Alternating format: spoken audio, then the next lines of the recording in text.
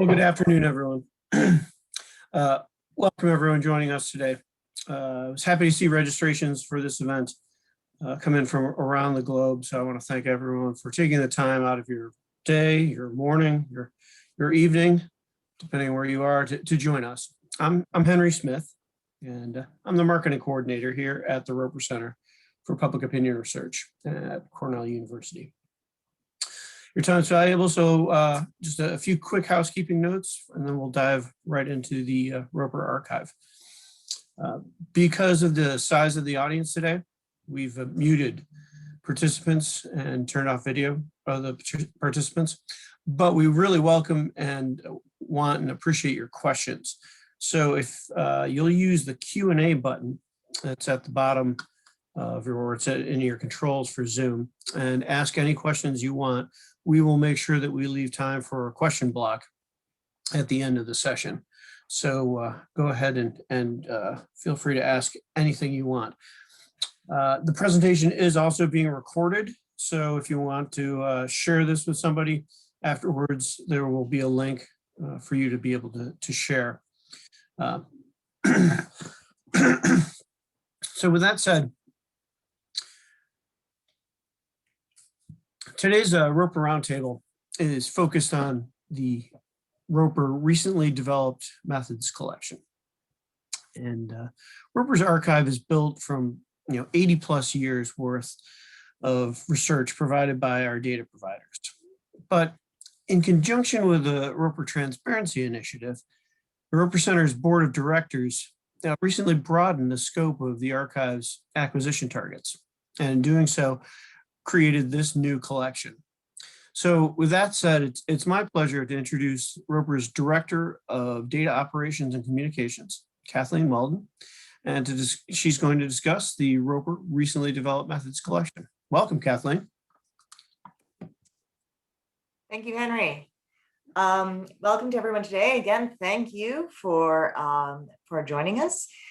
I have the plan for today is to first go over how the board committee got to the decision and the elements that were brought into play in deciding how we were going to enlarge the scope of the collection.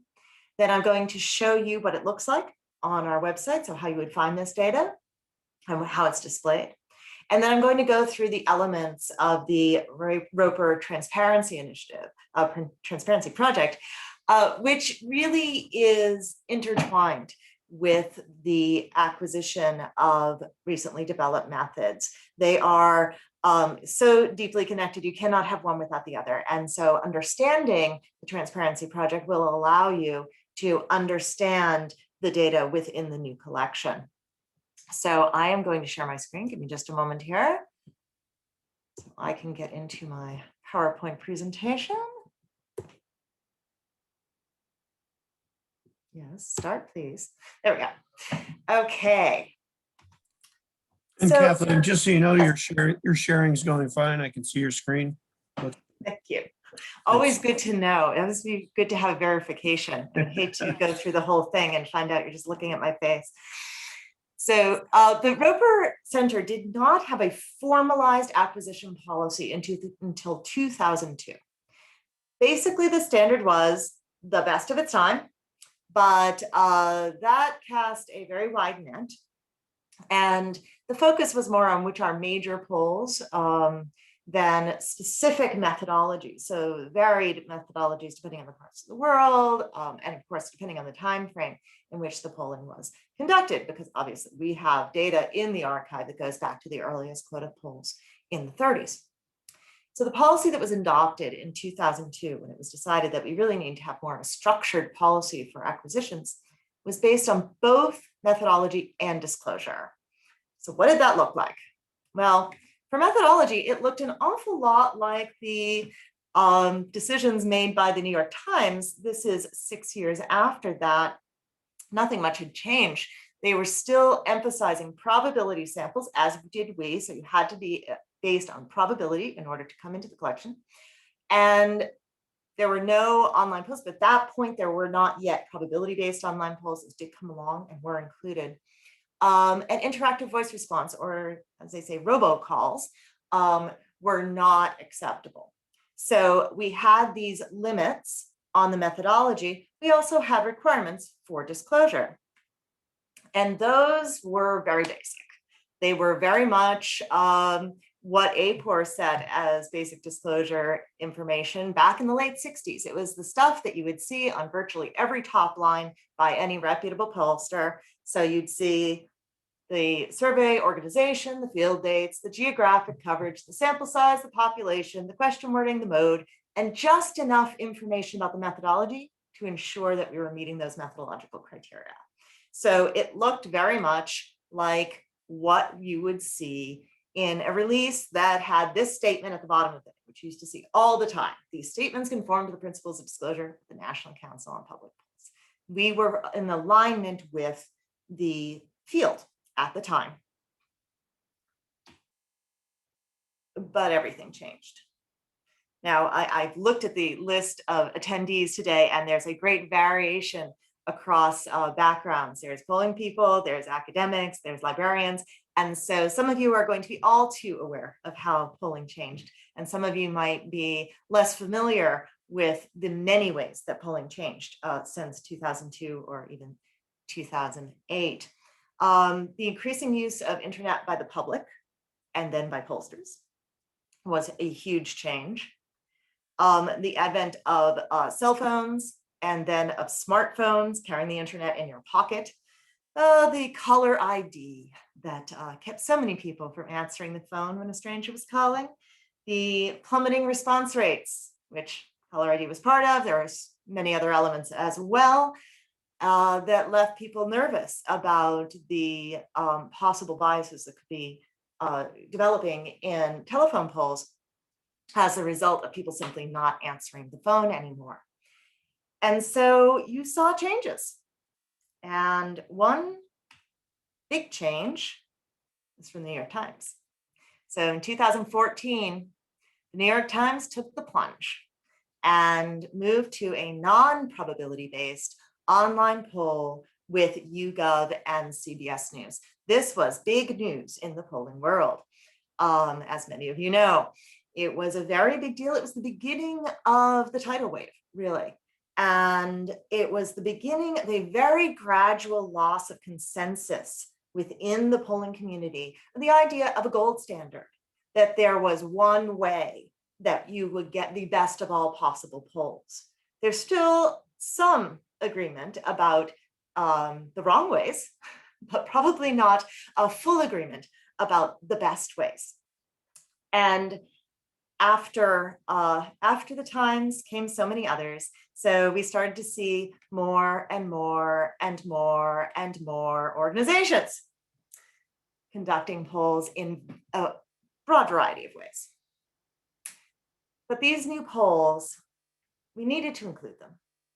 And this was known because we couldn't be comprehensive. We couldn't accurately represent the polling industry without preserving across the new methodologies that were taking the field by storm. However, they had some distinct challenges. And one piece of that is that there was comparatively little research literature on the best practices. So if you tell me that you did an RDD poll, you did a random digit dial telephone poll without knowing anything else, I could write a pretty comprehensive methodology that would describe what you most likely did, because all of that work, all of the decision-making in that area has been done very publicly over many decades in Public Opinion Quarterly. People have published, everyone can look it up. You can find out how most of this is done. The new world that hasn't been published, and there's such diversity of approach. So there's diversity of modes. People are not just calling landlines or cell phones, but they're texting cell phones, or they're going online. They even use gaming consoles. Eventually they'll be using smartwatches, I'm sure of it. There's all sorts of physical approaches to getting the data. And sampling and weighting has become much more complex. There are online probability-based panels, but there are online non-probability-based panels where you have people who are repeatedly taking surveys. You have river samples that are pulling people advertising around the internet. Take your survey, move on. You have quota bases for choosing the respondents within the panel. You have redirected inbound call samples. So people are making a phone call, they misdial, it gets redirected, they're given the opportunity to take a survey.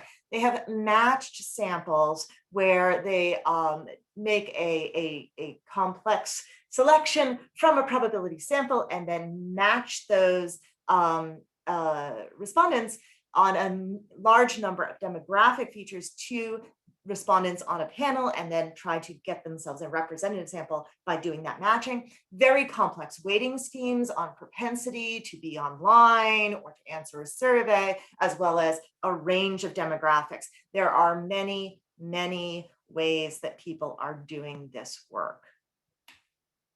So in recognition of the complexities of this world, the Acquisitions Committee, and now it's called the Acquisitions and Transparency Committee of the Roper Center Board of Directors, did two things. They established the new recently developed methods collection, which is what you're all here to learn about, to be displayed separately from the longstanding methods collection. So we wanted to make it clear what sat in which location. We wanted to make sure that people using it understood which were longstanding and which were recently developed methods. It is a single search. I'll show you that in just a moment. But the recently developed methods polls basically utilize any methods that were not represented in the longstanding method collection before the adoption of this policy. So that means that it's not a matter of trying to reconstruct whether or not under the old policy this would have been accepted into one collection or the other. It's essentially a frozen in time moment. At that point, this was longstanding. Anything that has been developed since that point is a recently developed methods collection poll. Secondarily, we established a transparency project or a transparency scoring project to ensure sufficient disclosure to enable researchers to make their own judgments about data quality.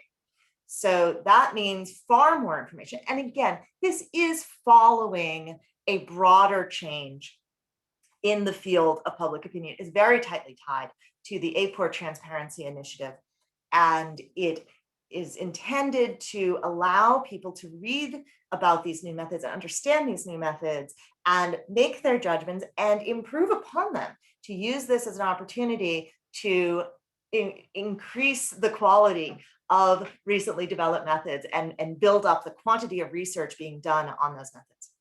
So let me do a little clicking through here to show you what the recently developed methods collection looks like in iPoll.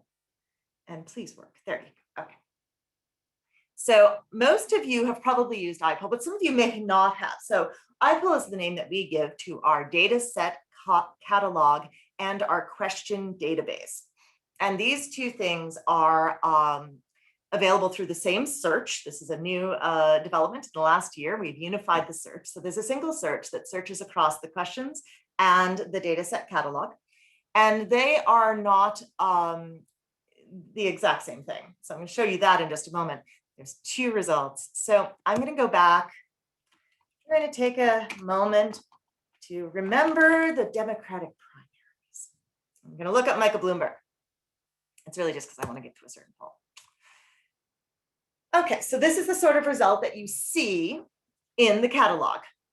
We are currently in the longstanding methods collection. That is the default. And you can tell because it has a blue line around the outside, and everything is red, and red is our symbol of the longstanding methods collection. And for those of you who are less familiar, you can see that you have questions here. And some of the questions below, these questions up here have a corresponding data set. These don't. There's no data set symbol. That's because in the longstanding methods collection, we have traditionally accepted top-line documents that meet those basic disclosure standards without a data set with them. So many people assume that the question level database is populated from data sets that are donated to us. Actually, that very rarely happens, occasionally happens, but usually what happens is that we pull from publicly released top-line documents, enter them manually, enter all the questions manually, and if the data set eventually comes in, that is connected to it. But by allowing the top line to be entered first, one, we can stay quite up to date. So you can see there's March, that's March 2020 poll. You will see data that's about a week or so old in the question database, but it also allows us to be very comprehensive, to include the broadest range of polls. However, in the recently developed methods collection, because of these concerns about understanding how the poll was conducted, a data set is required. So you will not see questions without a corresponding data set on the recently developed method collection tab.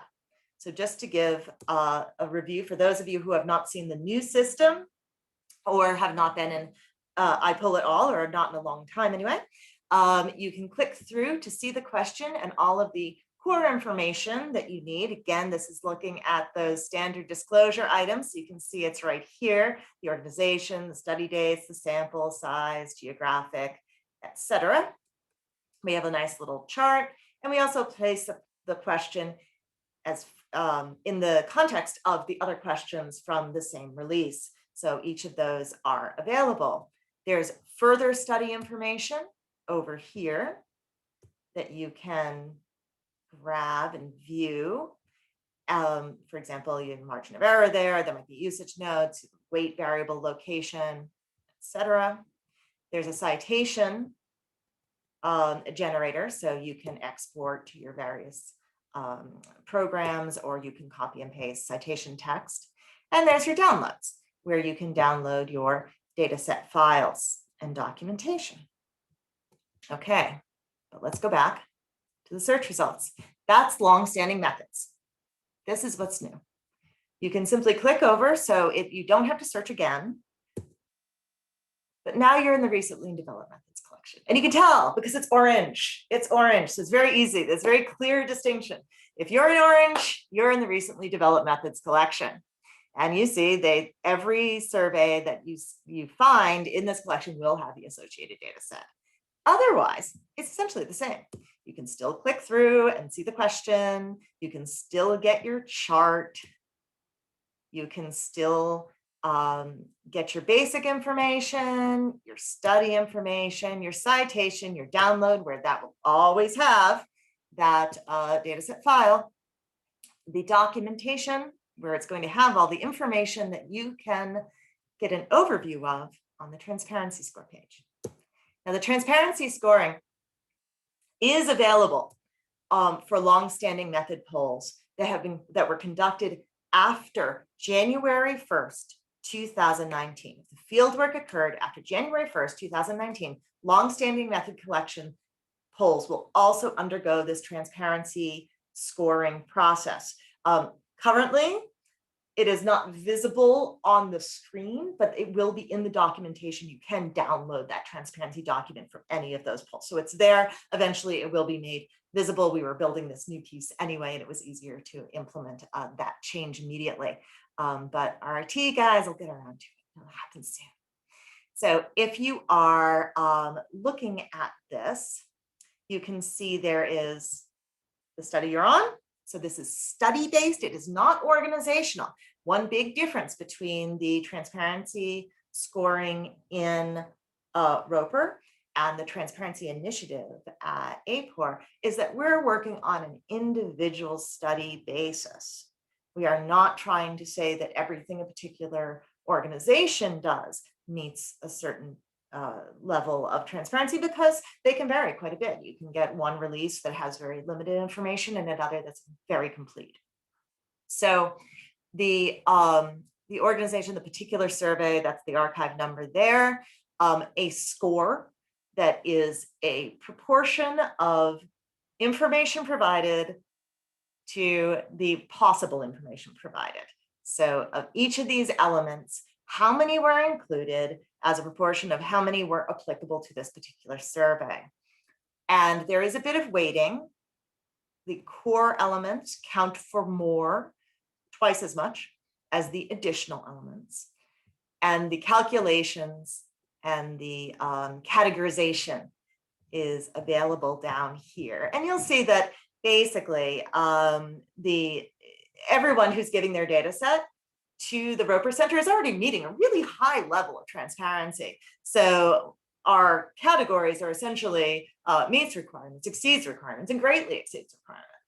And the numerical range is relatively high because we wanted to create a scoring system that could actually be used by other organizations if they wanted to. If they wanted to look at transparency, people who did not necessarily have our baseline requirements could still apply this set of conditions, see where something would sit in the terms of transparency.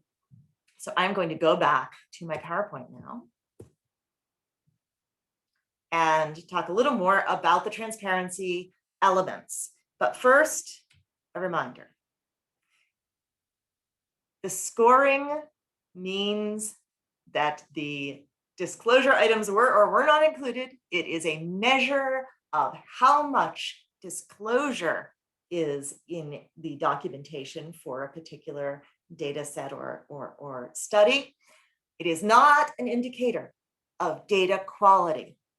Can I repeat myself? The transparency score is not an indicator of data quality. You can be extremely transparent about very poor methods. Most people aren't. So most people who are willing to be extremely transparent with their methods are willing to do so because they believe in them and they have put some real effort into trying to make a very representative sample. But it is very important that people keep that in mind because it's very easy to see a score and assume that it is saying something about quality. And it really is not a quality measure in any way. Okay. So looking again at the core and the additional, the important differentiation between the longstanding method collection and the recently developed methods collection in terms of the scoring, there's two things. One is that all recently developed method polls are scored as compared to only those after January 1st, 2019 for the longstanding methods collection. And the fact that all core items are required for the recently developed methods collection. They are strongly encouraged for the longstanding methods collection. And in the actual event, it turns out that once you ask people for it, they will give it to you. So when you actually look at those scores on the longstanding methods collection, they're getting the same level of disclosure. They're giving us virtually everything that the recently developed method collection polls are. So it's not really a differentiation on the basis of what you're going to see in terms of disclosure, but it is essentially a recognition that, again, there's a lot of shared knowledge about how those polls are conducted, and that serves to provide a sort of baseline level of disclosure. So there was a sort of grandfathering of the longstanding methods collection minimums, but they are very strongly encouraged and they have been rising to the occasion. Everybody wants to see that 10. Everybody wants to be as transparent as they can be and get the top scores. And that is good for everyone. It's good for the data providers, for the users, and for the Roper Center. The additional items, on the other hand, are strongly encouraged for all. So no one is required to give those, but they will raise up your transparency score if you're a data provider. So let's talk about these one by one. So the core items, the first group are basically organizational. Who did it? Who paid for it?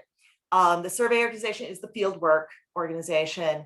The external survey sponsor is a word that tends to trip people up, but it's been Roper Center language from the very beginning. It is not just an organization that has a financial interest or has supported something financially. A sponsor can also be an organization that has been intellectually involved in the concept of the design of the survey.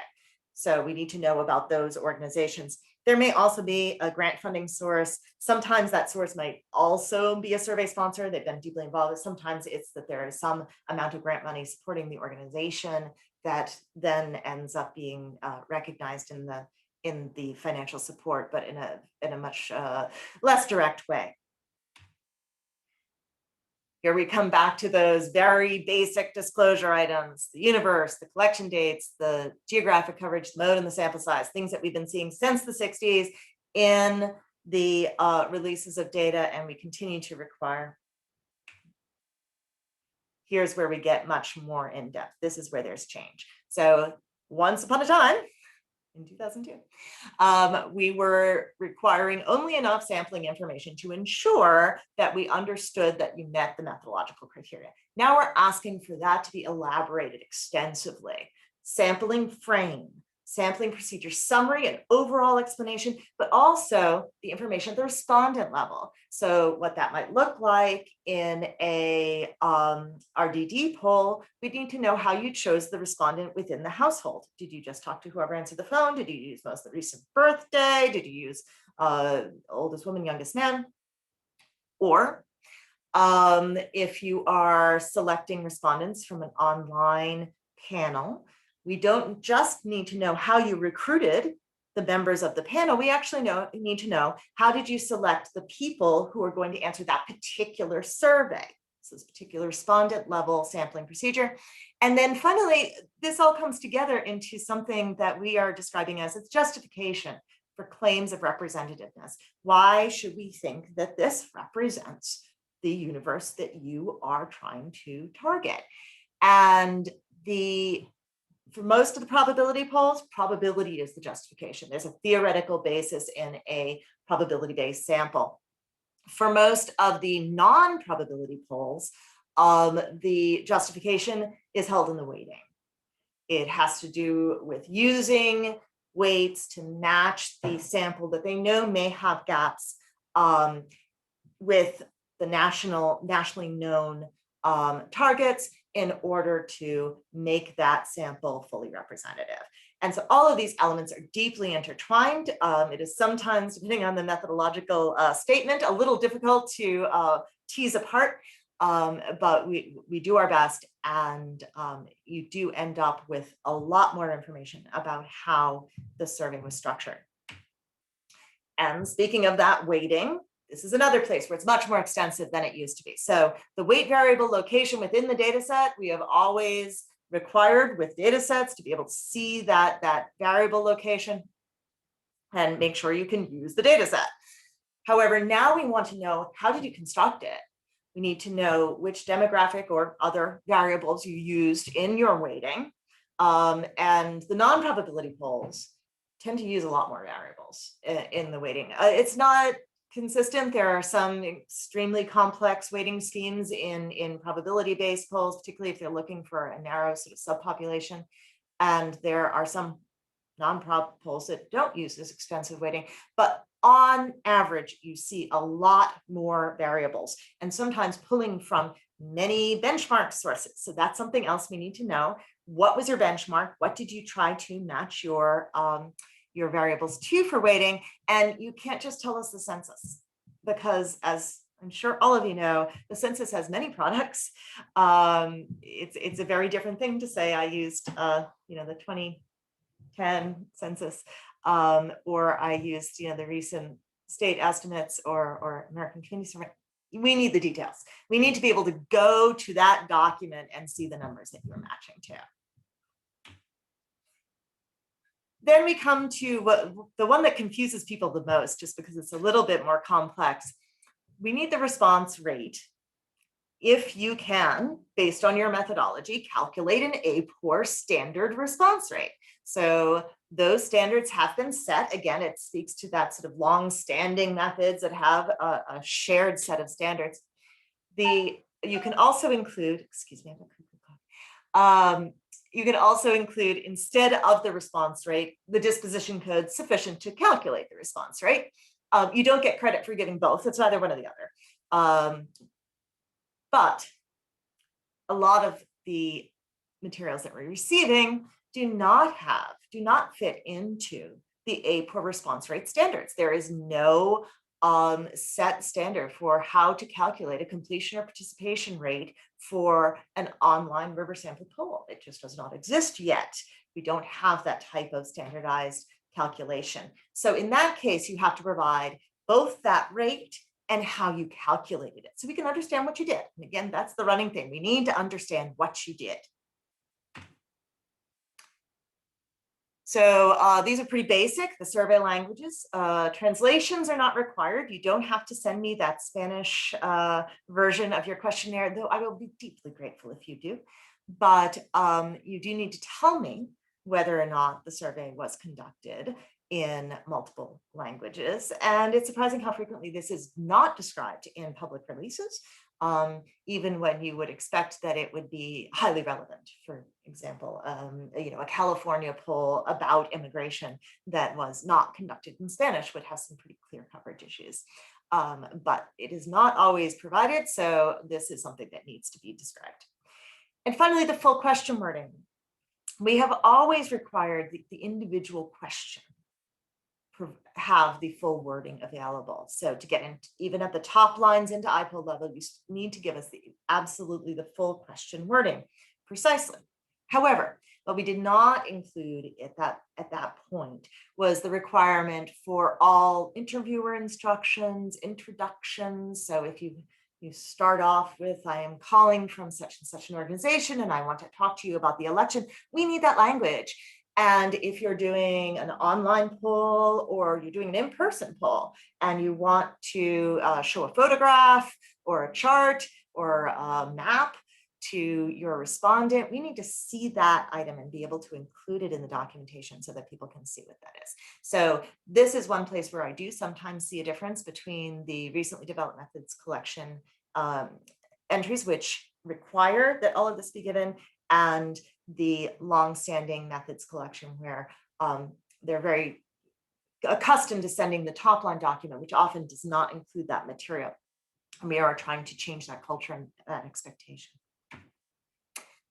The external sample provider speaks to the complexity of, I should say, we've just moved, now we're moving into the additional items. So these are no longer required for anyone, but we encourage them strongly. External sample provider, so it's a complex world pulling organizationally. A lot of different organizations will touch on a particular project. So it's not uncommon for a survey sponsor to contract with a fieldwork organization that then purchases its sample from another organization or even another organization under that. There can be many, many layers. And so we want to know about those external sample providers if possible, because they have very different standards for maintaining and cleaning their lists and putting their samples together. And we need to know if multiple sample providers were used, how that breaks out. And that is pretty common if you have a mixed mode. So you get one sample provider provides your RDT framework and the other provides a voter list, for example. Use of breakout routers or chains is the only item on here that's only applicable to one methodology. It's only applicable if you're online. I myself needed to be taught what the difference between a breakout router or a chain was. So I hope that you all weren't so far ahead of me that you mind being given that explanation. So a breakout router is basically, I want to take a survey, I go somewhere online, I enter my information, and they say, you as a college educated, middle-aged white woman, you can go over and take this survey. Okay, I go take this survey. Another approach is to have me put in my information and take one survey, and at the end of that survey, possibly based on the things that I had answered in that first survey, I'm sent to another survey. So it is a chain, a series of links to different surveys. So that information is valuable to understand how respondents got to the survey to begin with. The break-off rate can be included in the disposition codes, and sometimes is. but it is somewhat separate. And again, we don't require disposition codes, we require response rate, but not the individual disposition codes. So we need to know how many people started this thing and didn't finish it. And of course, again, online, you're going to see even more of that than usual. A lot of people hang up the phone partway through, but boy, will a lot of people just flip away from a web page. It's very easy to do. So we need to know the break-off rate, if you want that point anyway. The estimated size of the non-covered population. I think this is one of the most important aspects of the additional items, certainly, for user understanding, because every poll has a non-covered population. Every poll has a non-covered population. And this is something that people in the polling world take for granted. We know that. But end users, our college students, the journalists, people working for nonprofit organizations who are not at core polling researchers, but are using the database, they don't necessarily think about the implications of non-coverage to the same degree that a pollster might. So every organization that has given us an estimated size of the non-covered population has given us an explanation of, it's not just a percentage, it's who are those people? And that's really valuable. Whether it's just a reminder that US national RDD polls are not calling people in nursing homes, they're not calling people in prisons. And if you're doing something about the COVID response among seniors, that may be different if they're in nursing homes. And if you're doing something about the justice system, missing people who are in prison actually is a meaningful thing. But also there's the digital divide question. It's not what it used to be in terms of access to the internet, but there is definitely still concern about people who have no access or extremely limited access. And there can be other examples as well. Some of our polls that are conducted in certain parts of the world where they still use primarily in-person area probability selection, they don't go to certain parts of very rural areas that are just really hard to get to, so that's simply not covered. So getting that estimate is really helpful for users in understanding the surveys. Use of incentives. Use of incentives is very associated with online polls and particularly panels. You get your points or your gift certificate or your cold hard cash. But it can also happen with mail surveys, and in fact, sometimes quite large incentives if they're looking at a population that can be difficult to get to respond to surveys. So we've seen, $50 cash incentives for doctors who are willing to respond to surveys about the healthcare system. Quality control summary is really about the checks that are done on quality after data collection. So this is not training an interviewer to be a very good interviewer before the process happens. This is looking at the data and checking it for possible problems. For example, online polls frequently will have a systematic approach for checking for speeding or straight lining. That respondent who goes through so quickly that they couldn't possibly have read the questions, or who chooses the first answer on every single question in the survey. Those people are presumably not giving meaningful answers.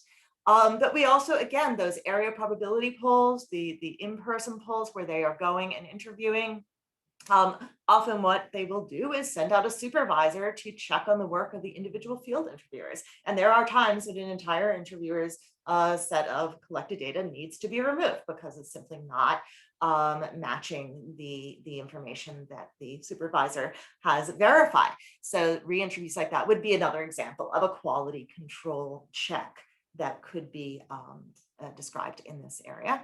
And then, of course, how many people did they take out because of this? Was it 1? Was it 300? That's what we're looking for there. So those are the transparency items. What is the collection look like? What types of polls are we seeing in these early days of the new collection? Well, the one that you probably expect most, online non-probability panel polls. These are the big guys. These are the ones that everyone is most familiar with. And we're seeing quite a few of those coming in. We are also seeing some river sampling happening, so not in a panel, but being selected just out for that survey. Mixed methods, and I think this is going to be a place where we're going to see a lot more, but this is frequently it's online non-probability polls supplementing an RDD or a probability panel or an address-based sample. It could be many different sorts of approaches. You really see a lot of organizations looking to this to try to bring in the strengths of each of the approaches and find that's a sweet spot where the for the ideal polling situation. We'll see. And then finally, the sort of oddballs, the miscellaneous. And this is where we really get experimental, but this is also where you might start thinking about, instead of a gold standard, a fit for purpose. So this particular poll was conducted in the Philippines under COVID.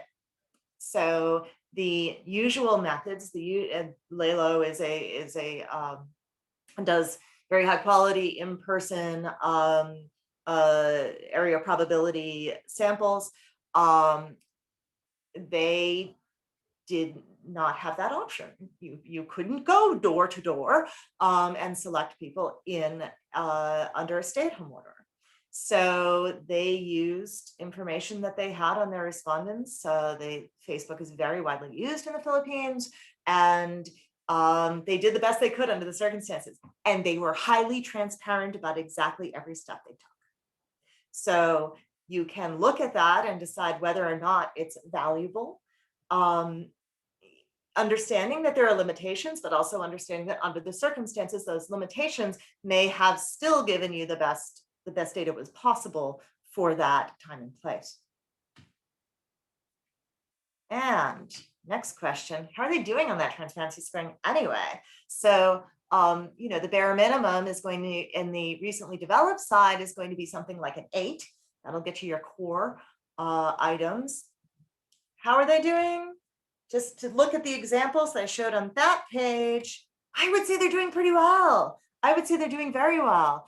We see a lot of 10s there, a couple 9.5s, 9. It's really good. People are really rising to the occasion and giving us a ton of information about how they're conducting their polls.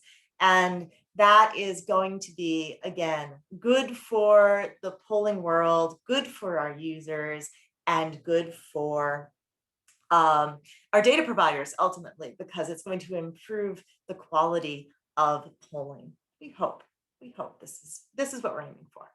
So with that, I would like to point out that these are early days yet.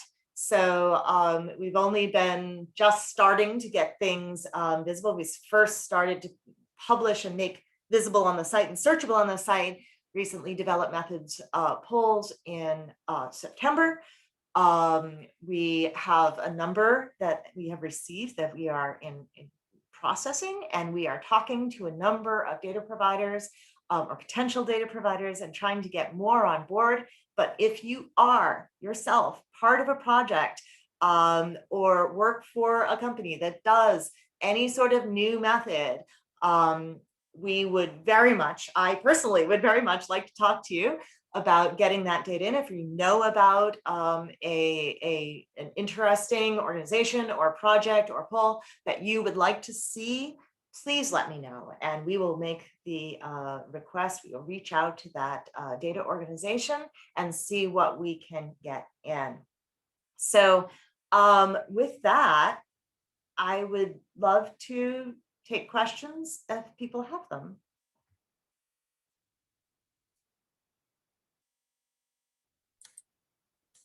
Kathleen, are you able to see the Q&A? Am I able to see that? That's a good question. There's one question in the Q&A. I understand. Oh. Let's see. I'm sorry, I can't read it only because my camera's up there. I understand that you are asking for info on response rate. Have you set hurdles for response rates by each methodology? Is your final score influenced by the response rate? Are you making the assumption that lower response rates affect the quality of the data? So that is a really, really good question. I'm going to go backwards in answering it. Am I making the assumption that lower response rates affect the quality of the data? No, because, should I go back to my slide again? The transparency score is not a measure of data quality. We are making the assumption that you should be able to tell us what your response rate was. And that is, there will be people who may interpret that as the response rate being lower affects the data quality. And there are people who would say that no, there's plenty of evidence that there is surprisingly, maybe counterintuitively, but nonetheless, that lower response rates aren't connected to data quality or bias. That is sort of a discussion to be held out in the academic community. That's those arguments. We can have them at A4, we can have them in POQ, but we just want to know that the information is there. So that is not an assumption about quality. None of these actually are assumptions about quality. Is the final score influenced by the actual response rate? I think what you're asking there, I'm not sure, is whether the final score is influenced by the response rates that's reported. No, it's literally affected by the fact that you have given a response rate. So it's a 2 points or no points. Did you give it or didn't you? If it were an additional, it would be 1 point or no points. But it does not give a lower score based on the response rate.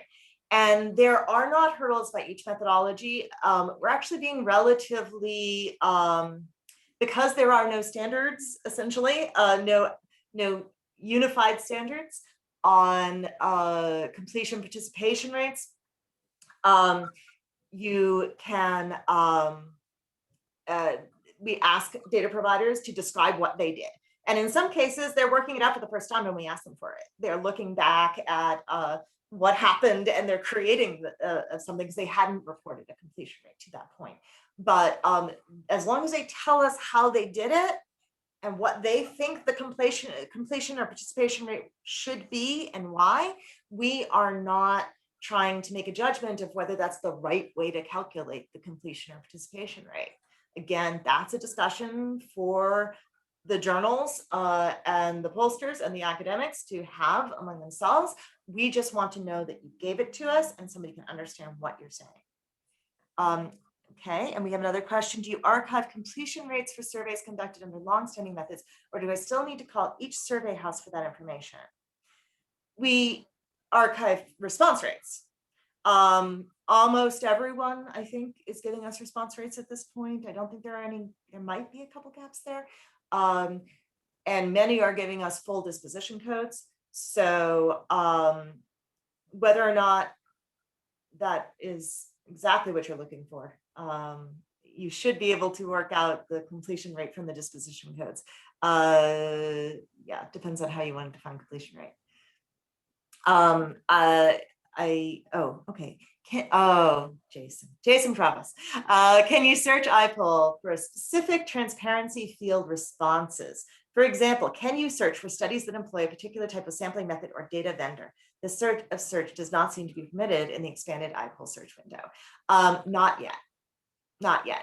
That is a major redesign and it is in the pipeline, but we are not quite there yet.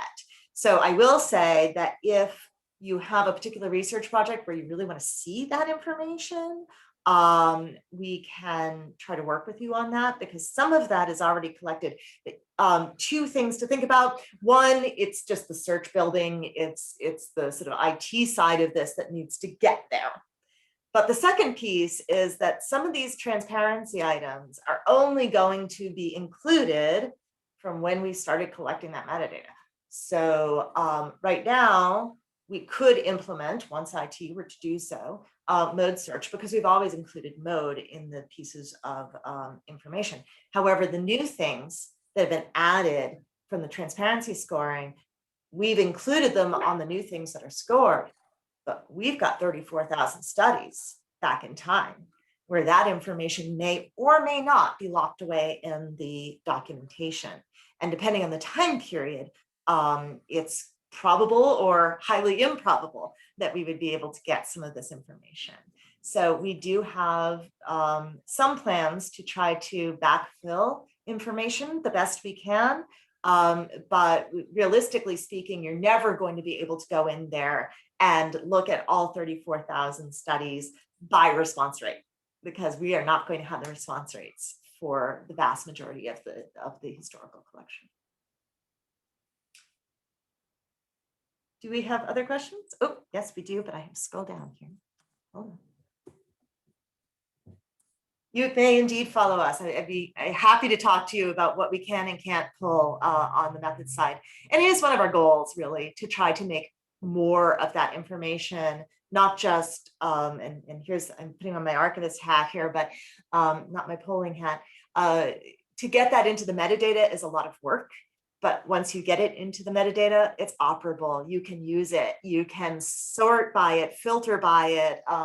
You can do analysis on the metadata. So you can do what is sort of a broader analysis of changes in the polling field instead of just the work within a particular study. So I think it's really important that we get as much of that searchable and visible at the larger level as possible. But it is a big, big project given the size of our collection.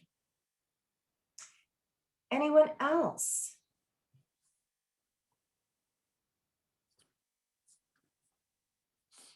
It's quiet. Henry, is anyone emailing you any questions? Are we, I've not received any email questions. I thought I might take the chance to see if I could unmute everybody and see, which will create a vast amount of noise probably, but if somebody just wanted to respond verbally with a quick question, that might be something that could happen, but hold on one second. Oh, there's a new question from Mark. okay, let's see. Any brand new methods that you are seeing? I guess that depends on what you consider brand new. Certainly the gaming console that, that was, many of you probably heard about the famous Xbox survey, right? That's been a couple of years though. The redirected call thing is interesting. It's really interesting. The idea that you would have somebody misdialing a number and getting redirected to take a survey. That's relatively new, and there's been a lot of interest in that, I think. And so we're talking with an organization that does that. I hope that they will join on, because I think a lot of people would be interested in seeing that. Texting, we haven't gotten any yet, but that's definitely happening. You're definitely seeing that. And pushing from one thing to another. I think that the one of the most the things that challenge our curators the most is reading through these methodologies where there's many different ways of getting people to that final survey. So, they're sending out mailers from a voter file or from an address-based sample there, and then that postcard is sending you to the web, or it's letting you call an 800 number. There's a lot of mixed stuff happening where they're trying to allow people to take a survey in any way they can or are willing to, which creates some really interesting opportunities to look at how modes can affect response. There's another question from Loris. I think it would just automatically vote. No. So the question is, as you pursue recently developed method collection studies, are you seeing a corresponding drop-off on longstanding method studies or longstanding method contributing organizations? And the simple answer is no. A large number of the longstanding method contributing organizations are also starting to dip their toe into recently developed methods. So in some ways, we're able to encompass and give them the opportunity to share more of their collection with us. We also aren't seeing a corresponding drop-off in longstanding method studies because we're broadening our efforts to collect in that area. So I do think that having looked at the number of questions in IPOL and the number of organizations, that industry-wide, broad scale, yes, there are fewer questions being conducted at a national level it just looks, we see that in the numbers. It just looks like there's a sort of drift off because people are moving to more affordable methods. We know it's gotten really, really expensive to do a longstanding method poll. That said, the Roper Center, since coming to Cornell, has made some real efforts to move past the sort of core US media polls and academic and nonprofit major national US poll data contributors who have sort of served as the center of the collection for some time. There had not been a lot of new data providers for quite a while. When we moved to Cornell, we decided that really needed to change and we needed to sort of open up. And we reached out to a lot of organizations that conduct surveys, but were not perhaps deeply embedded at Roper or were not as well known, and started to bring in more of the smaller surveys, maybe an organization that does one survey a year as compared to something like a Pew Research Center that's churning out constant data.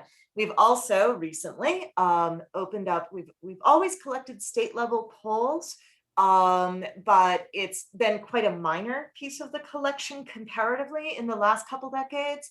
Early years, lots of it.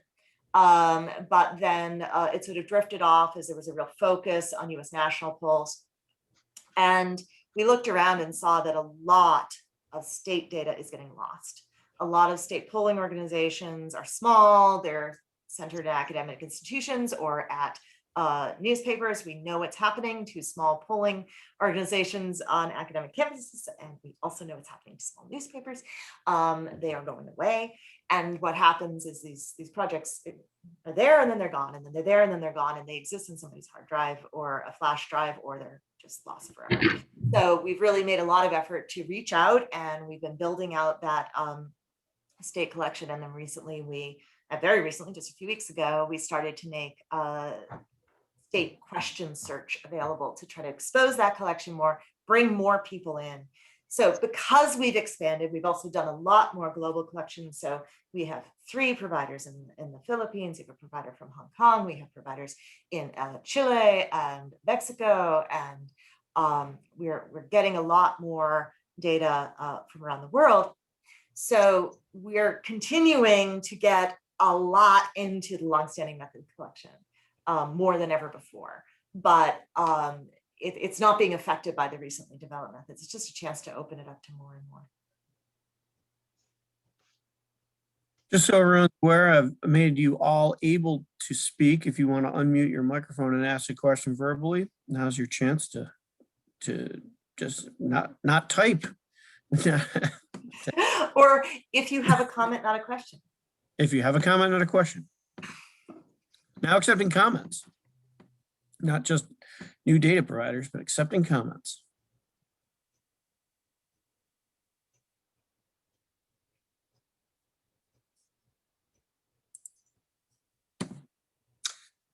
Very good. Well, if there are no further questions, I'd like to personally thank Kathleen for taking the time to work through this material with all of us. She put a lot of time into this, and I appreciate that a great deal, Kathleen. If you do have any questions, we are happy to take those. We can be reached at membership@ropercenter.org or data-services@ropercenter.org. There will be a link published. I'll publish this to all of you. That you feel free to disseminate to any interested parties or folks that should be interested. And go ahead and we'll also post this on our public website via YouTube. So it's will be available in the future. Thank you everyone for taking the time to join us. Thank you again, Kathleen. And if there are no further questions, have a very good day. Take care, stay healthy and safe, folks. Thank you.